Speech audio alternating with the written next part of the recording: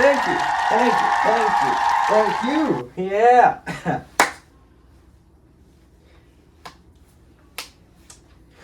One Piece is peak, am I right, fellas? I feel like I don't really need to introduce the massive anime giant that is One Piece. This anime is so big that in terms of sales, it has surpassed the likes of other anime giants like Naruto, Demon Slayer, and Dragon Ball. Although, counterpoint, Dragon Ball fans could not understand the same achievement if it hit them with a bang. Hell, in general, this series has sold more copies than most American comic book superheroes. Want to guess how many superheroes surpass One Piece in sales? Fucking Superman. Not even Batman or Spider-Man could beat Luffy, and those are like the best superheroes. People like to downplay One Piece a lot, but the reality is that One Piece is extremely big, maybe not as big as other anime, but still, there is a reason of why the big three had One Piece in it. A story spanning thousands of chapters, and you can argue that it has been nothing but improving with each continuing arc, introducing new lovable characters and backstories that are sure to make somebody cry. But despite all of the good aspects, despite all the world building, characters, plot twists, foreshadowing, despite how grand this entire series has become, one of the best aspects of it has, and always will be, that of the captain of the Straw Hats, Monkey D. Luffy. I mean, to be entirely honest, you kind of need to have a great protagonist in a story this fucking long, but Luffy time and time again has proven to be more than just a good protagonist, but one of the best protagonists in any manga or anime, despite his very fucking simple exterior. I mean, my god, he is dumb and he is winning the dumb competition any day of the week.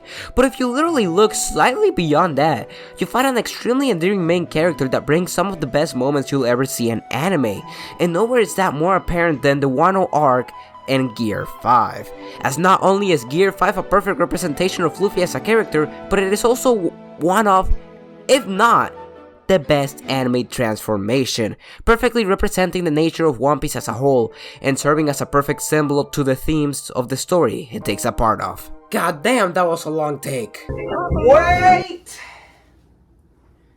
Don't think I don't see you. I can see you already in your keyboard, like typing all your essays and whatnot. So I'm gonna need to take a moment and stop!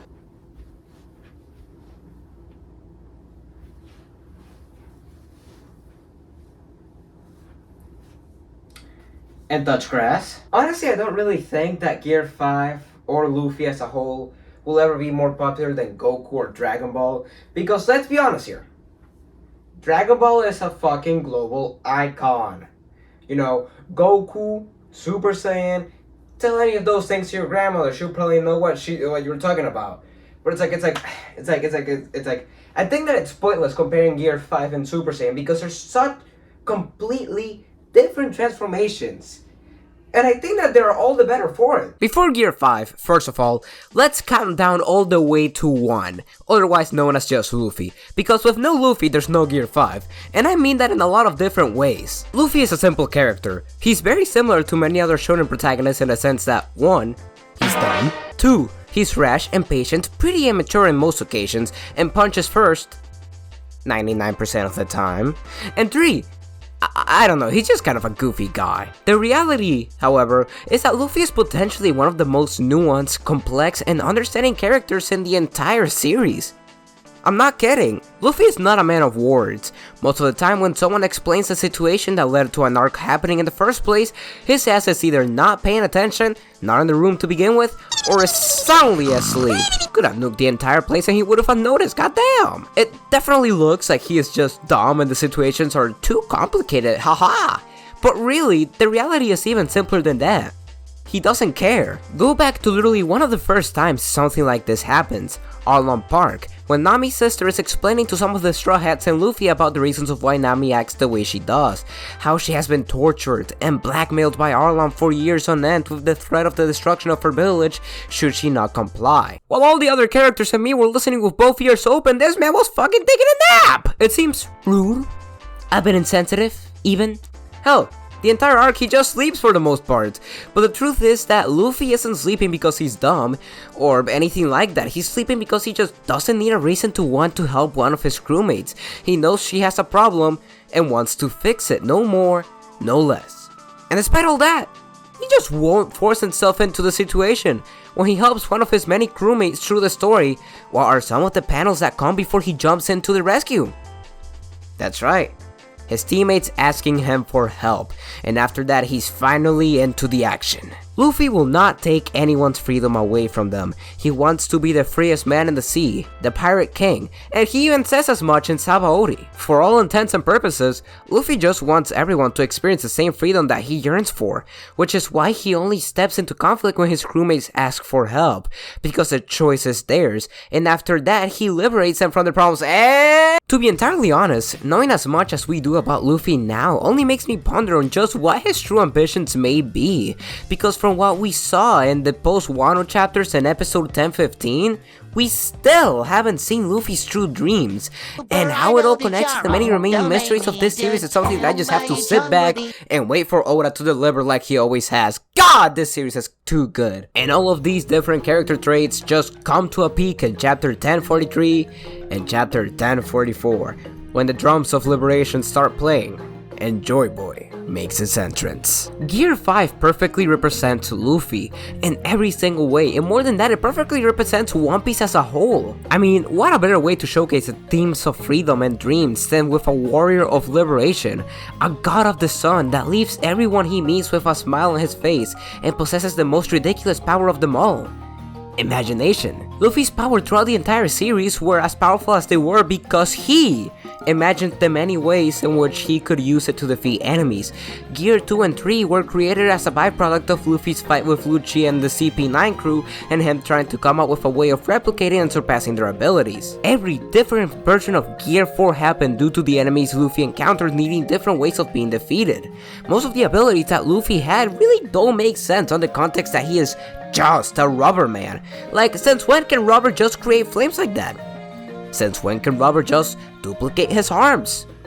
Since when can rubber just become a snake? Luffy was always fighting using his creativity, and for his ultimate power-up to be his imagination running wild is completely in character for such a goofy, carefree, creative, and ambitious character like Luffy. Gear 5 is so freaking cool, but one of its best aspects is how much of a departure this transformation is compared to other transformations in the shonen genre. Most of the transformations in other shonens are generally because of an emotional reaction, most commonly rage, aka the Super Saiyan. Now, that isn't to say that the Super Saiyan or any of those transformations are bad.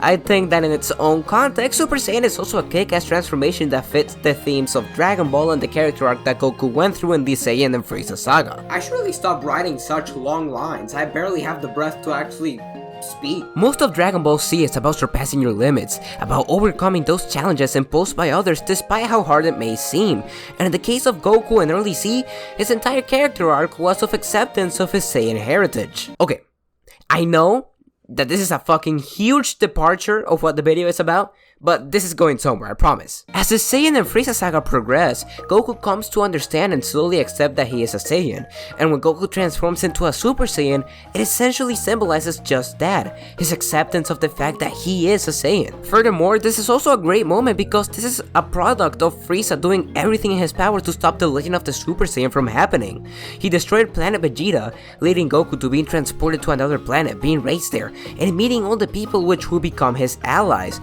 and help him in many of his toughest challenges. This planet shaped Goku to become who he is, and because of who he is, because he is not the cold-hearted Saiyan he believed he had to be to fit as a Saiyan, but instead his own person, he was able to experience the sadness and rage of Frieza killing Krillin, another Frieza whoopsie by the way, that allowed Goku to become that thing that Frieza so dearly feared. Damn, I didn't even know Dragon Ball could be deep like that. I just thought it was a bunch of men screaming. While Goku's moment is a moment of acceptance and rage, Luffy just could not be any further from that. Gear 5 is a symbol of freedom. When the Sun God awakens once again, the dawn of a new era, spearheaded by the man who commands the infinite power of imagination and dreams, the thing that fuels and inspires everyone in the world of One Piece. Gear 5 is a symbol of hope and happiness. the most ultimate symbol of freedom that exists in the seas of the One Piece world. Nothing demonstrates this more perfectly than when Luffy first gets Gear 5, in the middle of his biggest battle yet against one of the 4 Emperors of the Sea. But when we see the first full panel of Gear 5, we see Luffy smiling like never before. Nobody could have awakened the Gomu Gomu no Mi except for Luffy. This transformation only happened because of Luffy's ambitions and dreams, because of who he is, because he represents what it means to be free out in the seas. Both of these forms are absolute masterpieces in many different ways, and comparing them to each other really does nothing and makes zero sense because these two forms are the complete polar opposites. They achieve completely different things. They both fit in the narratives they are a part of and enhance the story that is being told. I just believe that while the Super Saiyan is very good and fits Goku's character arc very well, I just feel like Gear 5 is all that and way more. It represents the series, the main character recontextualizes every single thing that happened before, and adds a new layer of enjoyment that no other series has done quite like One Piece did. I severely doubt that Gear 5 and Luffy will ever be more iconic than Goku, but I do believe that One Piece has made, quite possibly, the best transformation in Shonen history. Well, that's all the time that I've had for today. I'm just a random stranger that you met on the internet. But hey, just call me soon.